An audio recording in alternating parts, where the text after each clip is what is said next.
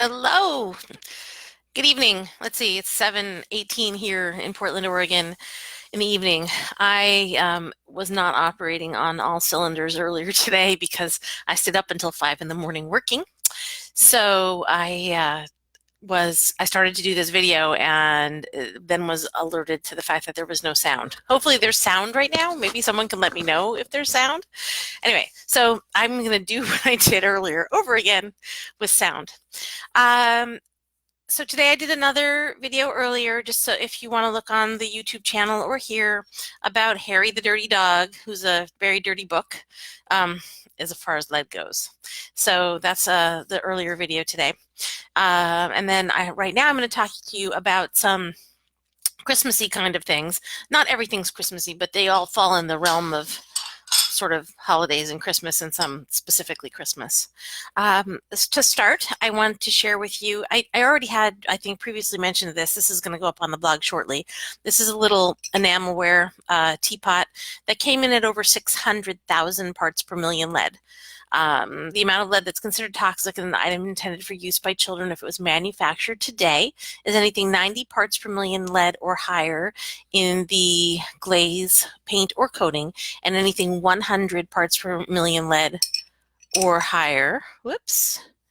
Um, in the substrate. Sorry, my computer just did something. Hi, Lindsay. And so this is over 600,000 parts per million lead versus 90 parts per million lead. And the child was using this for tea parties. And again, it has enamel on the inside. I can't test on the inside, but every test on this came up really, really high. And in case you think just vintage enamel stuff has lead, this is a brand new, relatively brand new piece by Creative Co-op, and there is lead and cadmium at very high levels in the red stripes. There's also lead in the lip, and there's trace lead in the white, and there's antimony, which causes cancer in rats. So cadmium causes cancer, lead causes neurological damage, antimony causes cancer in rats. So enamelware across the board is not a good choice, and I always recommend avoiding it. I have several posts about that, and you can click on the top of any of my posts and click the little tags at the top, and there's one on the enamelware post that says enamelware or enamel mugs or just enamel, and if you click on the word enamel and the keywords, you'll see all the posts with the enamel category within that category. So here is another piece from that same company, Creative Co-op. It's a Christmas piece. A lot of times Christmas pieces have lead and cadmium and are highly decorated. Even though they're small and seem like they must be intended for use by children, these companies get away with saying, well, they're not, they're decorative, and they're not intended for use by children, and they're for the holiday, and all sorts of other loopholes. But this one was not that bad. Let me just show you the logo so you can see what it looks like. This one was in safe levels for both lead and cadmium on the glaze on the surface, food surface. But this one by the same company, which is a little bit smaller and maybe a Santa's cookie plate and definitely a Christmas thing, ho, ho, ho. This had close to 10,000 parts per million lead on the food surface, brand new product, again by that Creative Co-op brand. And then a third, well, fourth altogether by that brand, is this little llama plate. Who knows what this is supposed to be? Is this a cookie plate? Is this a coaster? I'm not sure. Is it a decorative piece of, what do they call that? Flair or decor? That's what they call it. I don't understand that. We can't have decor in this house. The kids would throw it and hurt each other with it. So this has high levels of cadmium in the red glaze specifically. And so again, this is something that is not intended for use by children, but is like clearly marketed and designed to be interesting and attractive to a child. So these are loopholes, and in general, you want to avoid giving holiday dishware to children to play with or use because it's often very, very high lead just by the nature. So then another thing for Christmas, the theme of today's little video is Christmas in February. I have all these Christmas-like things here. This is lead-free. It's a pressed glass, and it's a really great choice actually. I think I got this at a Goodwill for $1 or something. You can see. Let me see if I can get this on the screen. Okay, you can see the press lines. It's right here. and it's hard to see in this video, but I'll take better pictures for the blog post on it. And when it has a press line like this, and it's kind of this pressed glass and has a seam down the side of the stem, it's almost always lead free. So you can have vintage, kind of cool looking, funky wine glasses that are actually pretty heavy duty and not too delicate, won't tip over, that are lead free and vintage. And the main way to know if they're lead free in a case like this is to look for the press line on them. And again, there are some posts up already about press lines, but I'll do another one with this piece specifically. And it's just like a seam that you can see that goes all the way down from the base all the way up the side and all the way up to here, and then somehow it's ground off on the top lip. There are a few items like this that are pressed glass or look like pressed glass but are in fact leaded crystal. That's super rare. I tested a beer stein that looked like it was pressed glass, had a press line, but I think it was a Waterford beer stein that was made to look like vintage pressed glass but was in fact high lead crystal. But that, again, that's super rare. So another thing I tell people about for the holidays is, there's a lot of, everybody has these little decorations. This isn't particularly for Christmas, but it does have a couple of pine trees, and it's a fun little decoration. It kind of reminds you of the little Christmas villages a lot of people put on their mantelpiece. And these are almost always lead free. And what these are specifically, and this is no mark or maker besides, there's a sign on the side that says it's a house of somebody's painting. It's like a company, but it's not the company. It's just like I can't even find it. But anyway, there's a tiny little sign. I'll take a picture for the blog post on this that says, has some markings on it. But these are resin. And when it's resin, it's like super heavy. If you threw this, you'd get injured, which is, again, why we haven't had things like this in our house. But these resin things are almost always lead free. Pretty much every resin thing I've ever tested has been lead free, with one exception.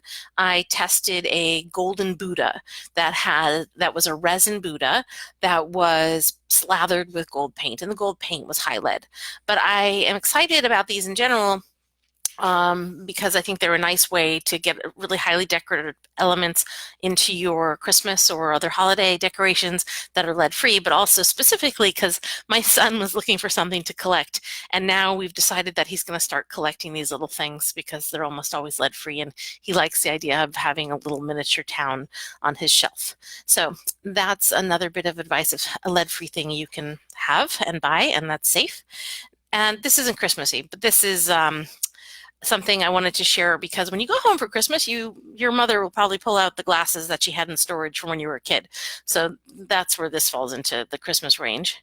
And this has the years 1980 on it, and it's Garfield, and it's from McDonald's. And I have tested some of these for the blog, and I will be posting and testing posting more test results. But this little bear right here, the little red bear, is almost 200,000 parts per million lead. And there's a study that's also linked on the blog that was done in Plymouth, England, that showed that when you're touching this and drinking from it, your lip is going to go on some of the words and on some of the decorative elements, and there is a potential for it to wear. This one's in really good shape, and so perhaps the lead level's higher than some of the other ones that aren't as worn. But this one, because it's in really good shape, has super high lead levels, and it kind of demonstrates, how much the lead can wear off, because then you see others with lower lead levels where the paint and the decorative patterns are fairly worn. And so one last thing I'm going to share with you. And this just reminds me of Christmas, because I went to Carissa's house and she had made a little faux Christmas tree thing and put it in this little pot. So I bought one of these a while ago. It's from IKEA, and it's basically primarily zinc, and I'll post the full test results on the blog, and it's lead free. So the interesting thing about these little pots is that the galvanized zinc material is often a really high lead, but this is not super high lead. You can look at it and almost tell that it's not the super high lead kind, because with the super high lead galvanized zinc material, you see kind of a more mottled finish. I don't have a good example of that. I'll try and get another example and show it next to this one so you can see the difference. This has like a much more smooth finish and doesn't have that mottled textured finish that a lot of the high lead galvanized zinc items have. Now, one of those items that you can probably find is if you go down in your basement and look at your ductwork for your home, for your heating system. Those are generally super high lead, usually in the 5 to 10,000 parts per million range in the galvanized zinc metalwork in your house. So, although not exactly Christmas, sort of Christmassy. So that brings us to what am I going to talk about next time? And I'm trying to keep this video short because I have a lot to do and everyone's interrupting me in my household. So the next little video that I'm going to be talking about in probably tomorrow is some IKEA stuff. And I'm going to include IKEA Christmas lights and IKEA dishes and another IKEA mug, and an IKEA sippy cup. So stay tuned for the next video that will include those things. And then in the meantime, check out LeadSafe Mama, leadsafemama.com, and use the search bar on the blog to look for all the different things that I've tested and look up their test results. And I'll be posting all of the things that I just showed in the video today up on the blog tonight, depending on how late I stay up, which may not be too late because I was up until 5 in the morning working this morning. So I think that's it for now. As always, please let me know if you have any questions. Thanks for being here. Thanks for sharing my work.